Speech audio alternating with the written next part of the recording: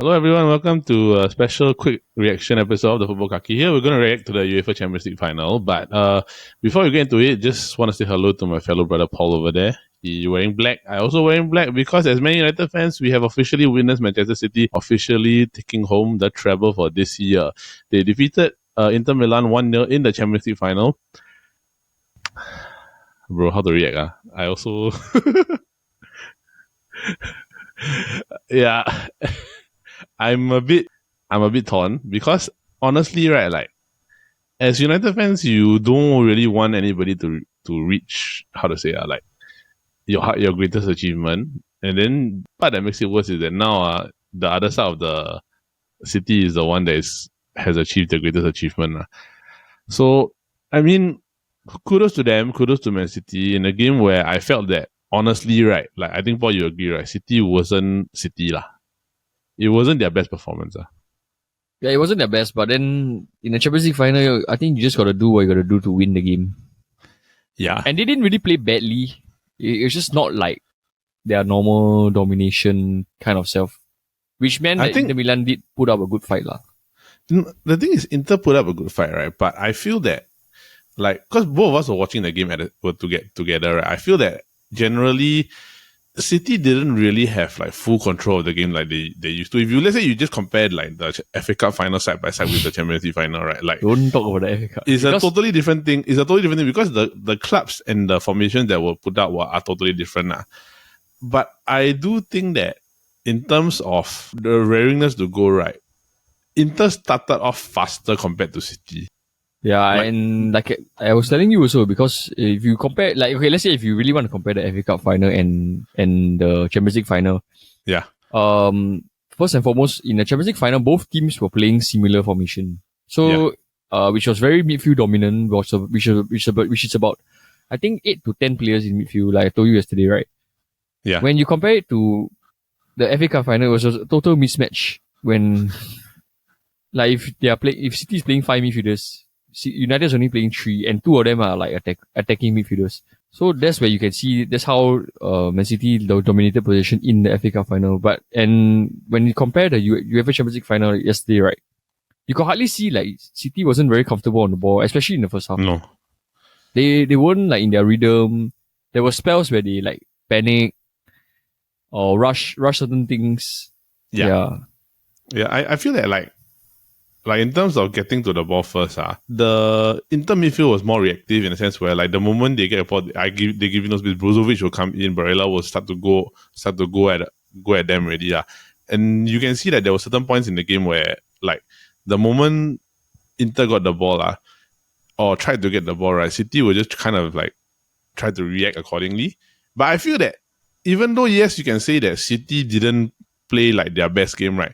Inter can be considered also not helping themselves in terms of overall like match performance, because from the three splits in the game, so means you're talking defense, midfield, and attack, right? I think for the defensive side and the midfield side, right, they got it down. There was everything they could do was correct. Just at the final third, bro. Wow. Yeah, because naturally, so wasteful, Inter is a very defensive team, like how teams are in Italy. So in a way, to break down a Manchester City defense, I think they're not very used to playing that kind of level in Serie A. So like in Serie A, there's no team like Manchester City, right? So with what they have, they can score goals with like 2 strikers, with Dzeko and Lukaku and Lautaro, right? Yeah, but I really agree with you. The final, there's so many chances, right? The final, they can get themselves to the final third, right? But the second last and last ball, right, is horrendous, Absolutely horrendous. It's bad, bro. Like, the decision making especially is horrible. It's horrible. Like, okay, let's say for example, let's just look at the chances, right? So for Man City, right, the key ones were of course the Bernardo Silva where he tried to put the ball into the far corner, then he went wide. You got Haaland basically bodying the Inter defenders to try to get a shot on Onana. He didn't have the angle. Then, of course, on top of that, you have Foden's chance later, and then, of course, the Rodrigo. But if, let's say, you compare the Inter chances, like, even after Rodrigo and prior to Rodrigo, right, the one that sticks out to me, right, and I think the one that should have given them the momentum was when Akanji made the mistake of thinking Ederson was behind him, then Lautaro got the ball. Yeah.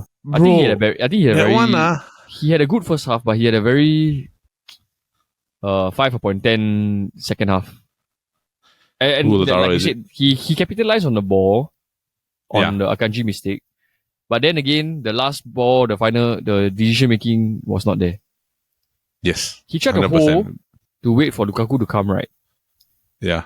End up he take a shot. Correct. From that ridiculous angle. So to me, it's not very smart lah, because you could have just rolled it to Lukaku and you would just have tapped it in on his left foot somewhere. Yeah. Correct. Then the thing is that, like, if you actually look closely also, right, all the City defenders were already swarming to Lukaku. If he had held it on a bit longer, right, Brozovic was behind. Yeah, so yeah, all these things you don't really see in the moment. Yeah, so if let's say he didn't have the Lukaku option, right, he could have held on a bit longer, right? Then he pulled it backwards to Brozovic. Right? I think Brozovic would have had an opportunity at a clear goal. Yeah, like, that was when the score was still 0-0. So I felt that if they had scored that, then they would have a better chance lah. Right? Yeah, they have more, I think 90% chance of winning the game already. Correct. So that was one thing. The other thing is that in the event whereby after they went the goal down, right, you could see there's a bit more urgency. Then comes the case of Romelu Lukaku. Brother, he gets in his own way too much, man. Oh my goodness. Okay, so for those of you that have watched the final, right, you know that there are two key points that we are talking about. First one, Paul, DiMarco's header, the rebound. What the heck is he doing? Lukaku did a goal line clearance for them. Okay, technically he tried to follow up, but then he's just quite straight. I mean, like, there are occasions where previously he blocked Alexis Sanchez's clear header also in Inter Milan. There's videos of it lah. Like he was blocking the goal for when his teammate was trying to score. So yeah, this DiMarco he lobbed Ederson and then he hit the crossbar, right? And then DiMarco tried to header the ball into the goal. But there you have it lah. Lukaku was blocking. And Lukaku just standing there lah. Yeah, Lukaku did a goal line clearance for them. Yeah, bro. Then of course the major one lah. The second one is the second one is a crime. It's unforgivable. Yeah, this is there's no way to defend him. This is unforgivable. Yes, I agree. So the goal is how big, and he was like what 2 yards out. 2 yards. Precisely. 2 yards out. Oh my goodness, bro. Like, okay, so the thing is that, right, to me, right, this is why there are so many issues I've had with Lukaku ever since he was a Manchester United player. Is that when you need him to do something, right, he just doesn't do anything. He doesn't do it when you need him to do. So in this whole play, I find that what's interesting is that the ball came in from the right wing, then Goosen slipped up, got a header, put it across. Lukaku is inside the 6-yard box. Inside with a goal that is so wide that if you had gone to the left or right of Ederson, right, he would have scored. And he had so much time. Yeah, just turn your body. No, all you need to do is just get it on target. You just need to choose. Right. You just need to choose left or right. Strikers don't even have the choice of that. Correct. Yeah, then so in a way, it makes Ederson look like it's a great save, right? But it's actually Lukaku hit the ball to his leg. Correct. And Ederson's reaction is, hit my leg, palm the ball away. Yeah, it means you could tell that Ederson reacted late there. Correct. So to me, right, it's like, bro, you had the chance to put your team back in it, right, in the 80th minute, right, and swing the momentum from City all the way back to your side, right, and you decide to header the ball straight at the goalkeeper. Yeah lah. So, in a way, it's also very. I won't say it's lucky for City. It's just when you have players like that, missing these kind of chances, right? Nah, but I mean, like, you just win it, for sure. Yeah, they do. But okay, at the end of the day, right, is who scores the goal and who wins the game on that day, right? No matter what chances you have, right? If you don't win on the day, you're not winning the Champions League. So that one is fair. Right? But going back to the goal itself, right? The one with Rodri, right? Beautiful finish, by the way. Do you think this was more of like a mental lapse from Inter side, or it's just they didn't react fast enough? Okay, in my opinion, I think, right, is because at that point the score was around the 70-something minute. A lot of their legs were gone already. Yep.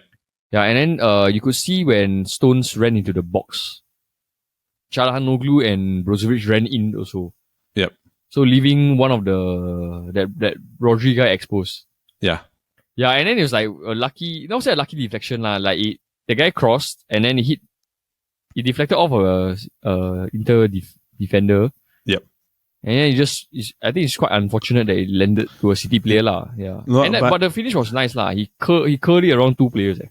Correct. I honestly feel right, like, okay, after I watched it again, right, and I saw the replay, the finish had to be so precise at the fact that he had to bend it around two players, right, perfectly, and curl it right in at the post with that amount of space. It means that the shot had to be clean. That's one thing. But I feel that in terms of just Inter side, right, Damian, because the two defenders that were standing in front of the line of shot, right, was Damian and Calhanoglu was behind. Damian, right, I feel he had enough time where if he had just turned and run and charged and tried to throw his body in front of the ball, right, I think that would have thrown Rodri off. Yeah, but and that was because to me, I mean, like, it's a Champions League final lah. Do what you gotta do lah. Just throw your body on the line lah. Yeah, but it's also in the like everything happened so fast. Like because all they needed to do is just stand and they did try their best to block the goal lah. Correct. Both of them, yeah. Correct. But I mean, at the end of the day, right, like, one team kept their composure, the other didn't lah. Like, Onana lost his composure at the end. Inter were rushing. People in the manager also started to lose his cool. It's not people in Inzaghi, bro. No, it's him. What was it? It's his twin brother. Yeah, I know. Because I'm so used to Filippo, the people in Inzaghi. Who's the brother? Is who? But I can't remember lah. But it's the other Inzaghi. Yeah. But nevertheless, I feel that Inter started the right team. I felt that Dzeko played well. Nah. But he had an injury lah. He had cramps and all that, right? Because he's so old already, like 37 years old. Correct. If they had started Lukaku, they would have like lost 100%. But I also feel earlier. I also think that, let's say for example, has Dzeko been on the field, right? I think those chances, if you put Dzeko at the position where Lukaku was, right, is 100% a goal. Lukaku has this thing where he gets himself into very good positions, but he has the touch of like Whitehouse, like he has a touch of a trampoline, bro. Okay. No, really, honestly, his positioning is quite good. You got see Whitehouse is worse. He cut on. There was one Mkhitaryan threw ball to him, right? Yeah. That is like a striker's dream, to get. But he shot it on his right foot, lah.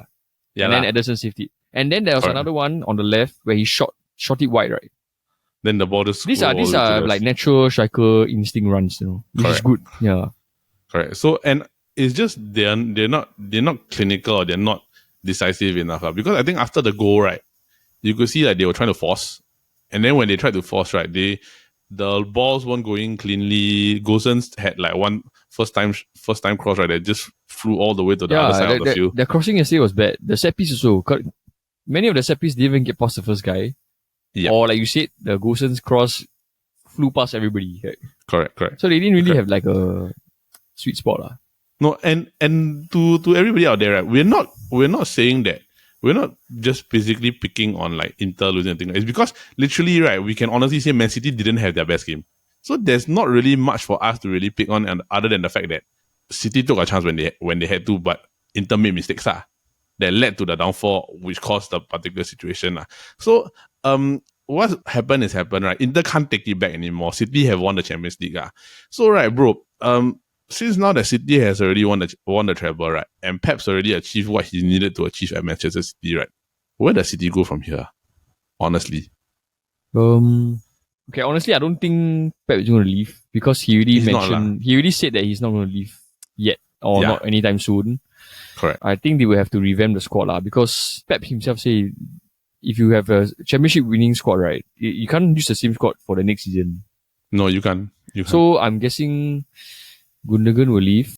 But he's not made a decision yet, though. Bernardo Silva might. Yeah, he's not made a decision, but high chance they will leave. They might leave also. But there's only one player that I feel very sad for. Okay, not sad, very bad. And the guy is João Cancelo. Can you imagine, right? He, just because of his pettiness, because he apparently had a falling out with Pep, right? Yeah. Just because of his pettiness and the refusal to listen to Pep, he could have just stayed on, finish the season on a high note, and then leave. But now he left, and the rest of his peers are like, they won a treble, bro. Yeah. The treble. That's why I do, like, I mean, certain decisions that you make bite you in the butt, lah. But I don't really know where City goes from here, other than the fact that the first thing that came to my mind was like you, lah, is like they have to rebuild already, because as much as they do have a good group now, right? Some of their core guys are gonna go. So like, let's say for example, like if Gunwan leaves already, then you got somebody that needs to fill that void of, I need a good performer in a big game, that type of scenario, which they have Haaland lah. Then of course with Bernardo, you need another explosive playmaker that needs to be there also lah, to do the interchanging play. I don't think a lot of the City squad will leave. I think majority of it will. A lot of them are still quite young. Majority of them will still be at the core, right? But I think it's more who are they going to add. I don't think there's a problem. Like if you are a player that City wants to buy, you should be honoured because it's like, wow, treble winning team wants yeah lah. It's the currently now, if City went out and wanted to buy a player, they got a lot of leverage and a lot of pull, because they can do anything they want now. Because it's just that there's no news right on KDB leaving. I think he will stay here all the way lah. No, KDB is likelihood is going to be a City player till he retires. That's what it's going to happen to be. All right, so that's what's happened officially, right? Manchester City has completed their target long dream of finally winning the Champions League, but also they have matched Manchester United and English football's greatest achievement in winning the treble, which includes, of course, the Premier League, the FA Cup, and the UEFA Champions League. So congratulations to Manchester City and all City fans out there. And Pep is the only manager to win 2 trebles. Yes, correct. So Damn. and Pep, and the thing is that to all other fans who are out there, right, we just want to say this lah. Regardless of your allegiances or whichever, right, just appreciate the fact that we have another treble winning squad in our lifetime. I think that one is more key to that, and this is also how you properly spend money to get the right players and put them the pieces together to combine everything. Unlike another club in London, which I will not say, Dark Blue. So with that, we just want to say thank you. And although yes, we said that we were going to have a short break this week, this is something just for everybody. This is something that we had to give a reaction to. But coming up during the off season, we have a few different special episodes that are coming up. So tune in for that. We won't review what we're gonna do yet as of today, but look out for our Instagram page on the coming Tuesday to find out what we are going to talk about next week during the off season. So with that, everybody, thank you so much, and thank you for listening in. And from everybody here at the Football Kaki and the Chit Chatter Podcast Network, City have won a treble. It's all right. It's a dark day for Manchester United fans. It's all right. All right. Thanks, everybody. Bye-bye.